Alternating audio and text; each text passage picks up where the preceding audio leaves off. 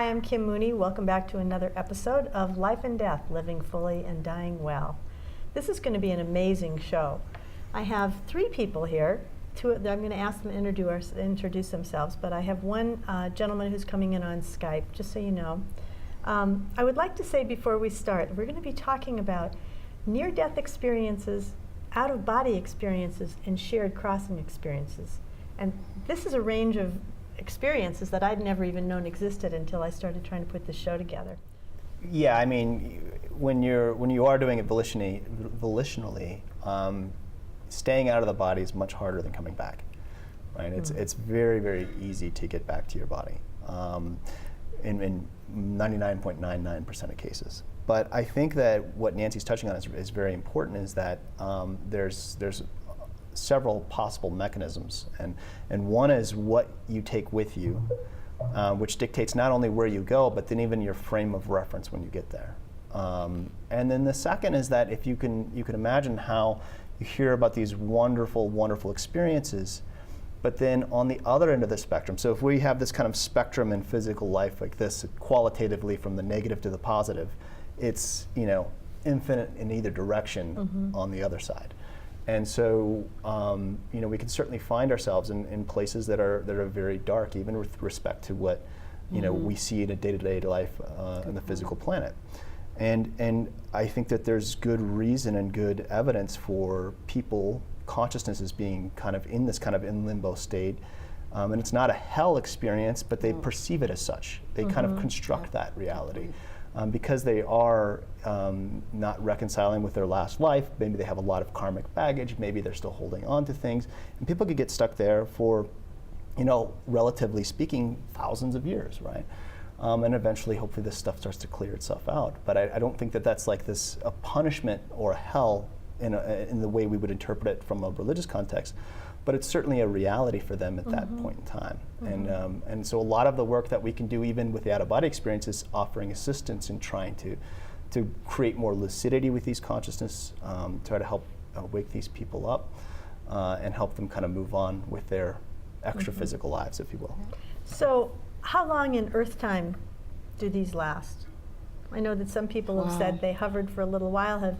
Is it uncommon or not unusual for people to be out of body for a day? Could this be one of the things that happens when they say, oh, he was dead, and all of a sudden he came back? Yeah, I think it depends on the mechanism of action. If it's an NDE, it certainly seems like, as far as Earth time, it can be quite a bit longer than the typical OBE.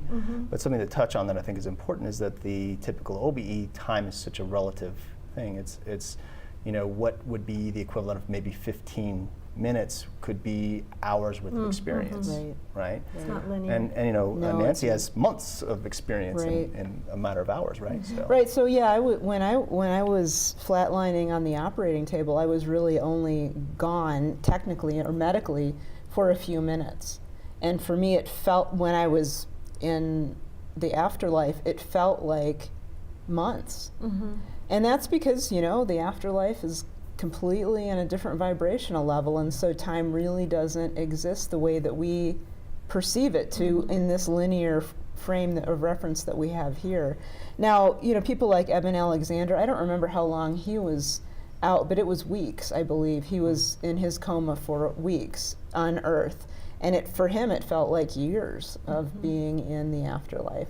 So it can range from just a few seconds all the way up to weeks or even a month. In fact, one of my physicians had one of his other patients who, I don't remember if this was a result of an accident or for a surgery, but he went into a coma on the operating table trying to heal whatever it was that was needing healing, and he was in a coma for up to a month and came back and reported this extremely long, lucid, not very pleasant NDE. But my doctor admitted to the fact that this guy was not a very pleasant person to begin with, and went into it with a lot of fear. So for him, it was a huge wake-up call. He came back and changed things. But for him, it felt like he was there for years. So. So William, I have a question, because again, you're talking about two people at the same time, because if someone accompanies someone who's dying and comes back, then that gives us some kind of a concept or thought about how long it really takes to die. So, I mean, I would grab on if I found out that was in a shared death experience and turns out I was only gone 10 minutes, then it'd be pretty easy to decide that mom took 10 minutes to die and now she's gone. That'd be very Okay. simple. yeah. So, seem to be much shorter in Earth time You're- than these experiences, the shared. Hold in on, Earth? you're cutting out and you're fuzzy, so wait a second, let's see if we can get you back. Okay, almost perfect, okay. Answered, thank you. Yeah, so experiencers report that when they cross over, if you will, and experience this other dimension, the afterlife dimension, that they're there for what seems like, in terms of experiences, a long period of time, or significantly longer than the time that has eclipsed in the Earth clock, if you will. So I think it's similar to what Nancy was saying. Time moves a lot slower here in the Earth realm, if you will. But I think in terms of the question about informing us about, my understanding of death is that it's a process that doesn't happen in a moment in time, because experiences data. We keep losing you. I'm not sure if we can get you back with any steadiness or not, so hold on a sec. It's those satellites, because right now you look perfect. Now you're gone. Absolutely perfect. Perfect. So if we need to, in his voice is okay, we can just use some audio? Okay, so I'm only going to stop you when your voice is cutting out, because we can at least use that, even if we can't use the whole video, okay? That's fine. Okay, Yeah. could you start again, because I really wanted to hear that. You want me to start with the shared death experience then, with the experience, the time difference? Yeah, the last thing you said. Okay. So what we know is that the phenomena that is reported by the shared death experiencers when they're in the afterlife, if you will, there seems to be a lot more experience and a significantly larger amount of time that's being experienced in comparison to Earth time. Like, these experiences can happen in a flash in Earth time, but the experiences that are being reported in the afterlife, if you will, they're large and they're voluminous. So we know there's a difference in the time-space continuum between this Earth realm and the afterlife. But there's other data or research that's important. And that is, and this actually comes from Peter Fenwick in Great Britain, who studied end-of-life experiences extensively.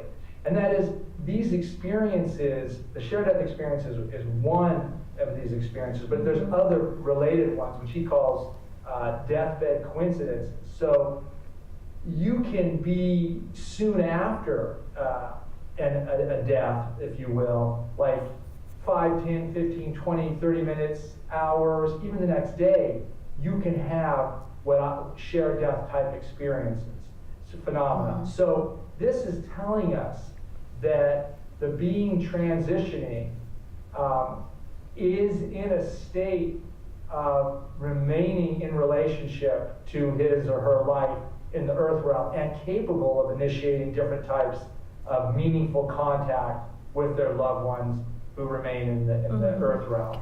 So in terms of death and what these experiences tell us about death, I see death as and I think those of us who study this concur, is it doesn't happen in a moment in time.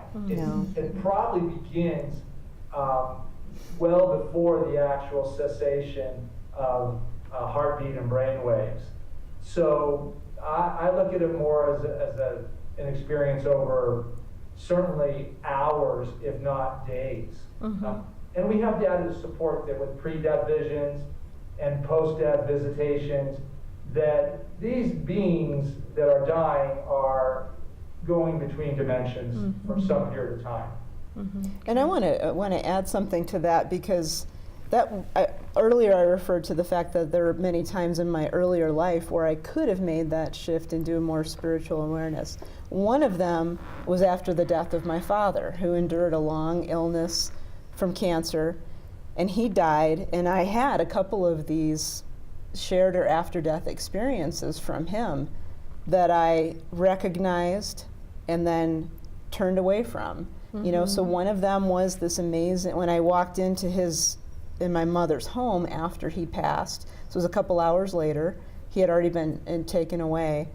There was this amazing sense when I walked in the front door of love and peace and absolute joy, and I could hear music that wasn't coming from any speaker on earth.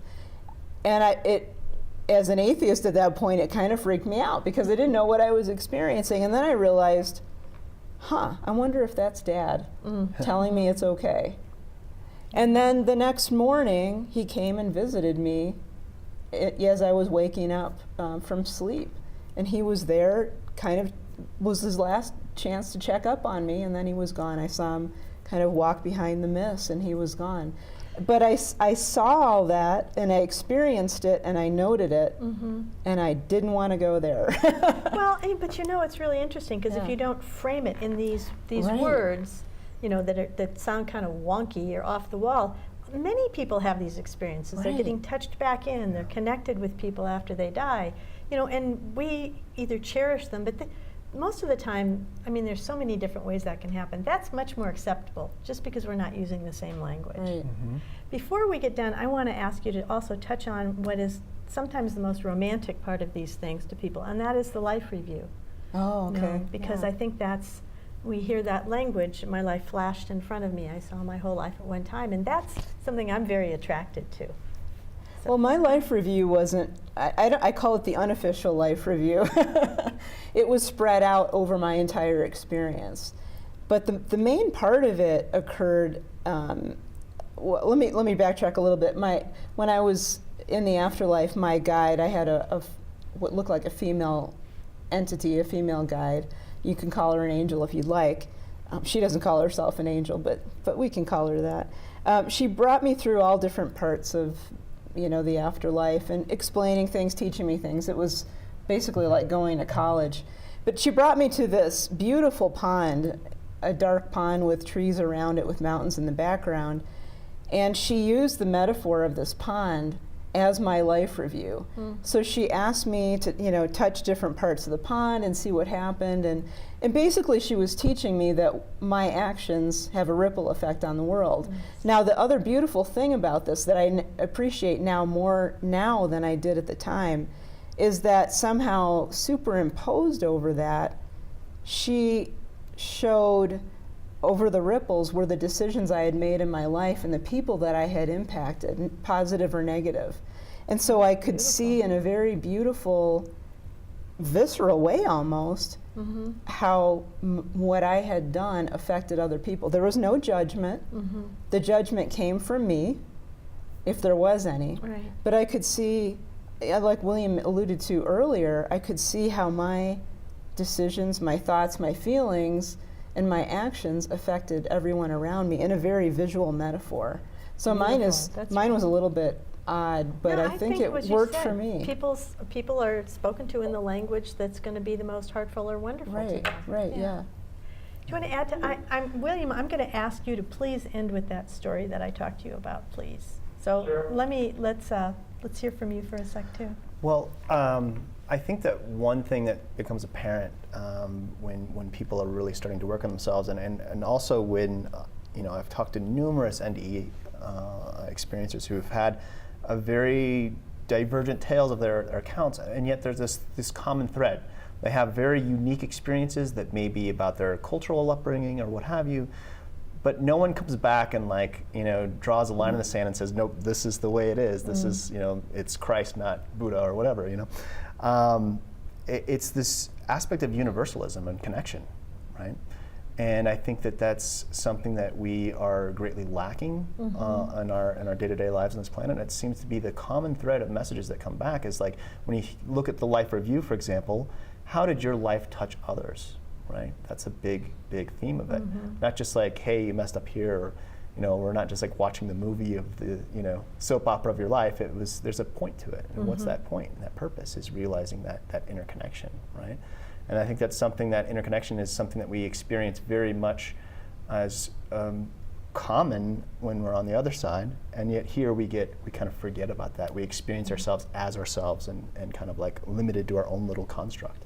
I agree. I think that's why in some traditions they talk about just remembering, like bringing that knowledge back into your body, remembering. Yeah. And that leads a good lead into the story that William is now going to tell us. Yeah, so I a young woman, and her mother was dying of a cancer, and she had a difficult. Nope, you're cutting again. Hold on a sec. You usually come back pretty fast, so if we hang on for 10 seconds, you might be back. We'll just stare at your face. We're just going to stare at your face.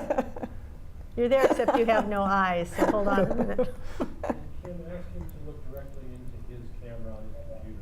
Look directly into your camera on your computer. Okay. And boy, I hope you come back. You've been in and out for a second. Okay, you're in, so try it now.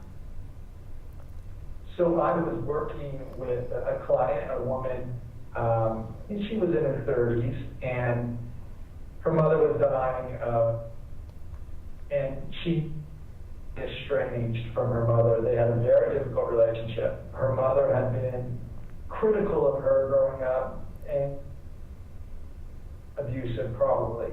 But she did not want to engage with her mother and her mother's greatest time of need. But what she was seeing me was to sort this out. How can you help me make sense of what I need to do here? I don't want to miss an opportunity, but I just am so pained by this relationship. Well, she ended up being able to be present to her mother and be a good caregiver. And during her mother's death, she had a shared death experience and saw her mother's life reviewed. And what she saw was that her mother was very, very severely abused as a child by one of her parents, and abused in a way that was far more devastating than her mother did to her. And what she received from that transmission was that her mother actually had done a tremendous job of personal growth to be the mother that she was for her, and that she saw significant improvement, and she saw how much her mother had tried and really done the best she could. So she walked away from this experience with a great deal of compassion and love for her mother that she had never felt before. And I think this is really important because these shared death experiences deliver that to the recipients, to the experiencers. They have a purpose, and it's kind and it's loving, and people often say they receive a gift from their departing loved one. So William, thank you. That is a perfect example of what we've heard from everybody here today, that the greatest gift that we come back with is compassion, self-compassion and compassion for others. And what a wonderful thing that is to bring into the world. Absolutely. So I hope that some of you out there have actually found a reason to believe in this a little bit more, this idea of living outside of our normal consciousness. And for all of those of you who have not been out before, this is a perfect time to come out and tell other people and just come out. Thank you for joining us. Thank you. Thank you very much. Thank you for watching this episode of Life and Death, Living Fully, Dying Well, and we hope to see you again next week.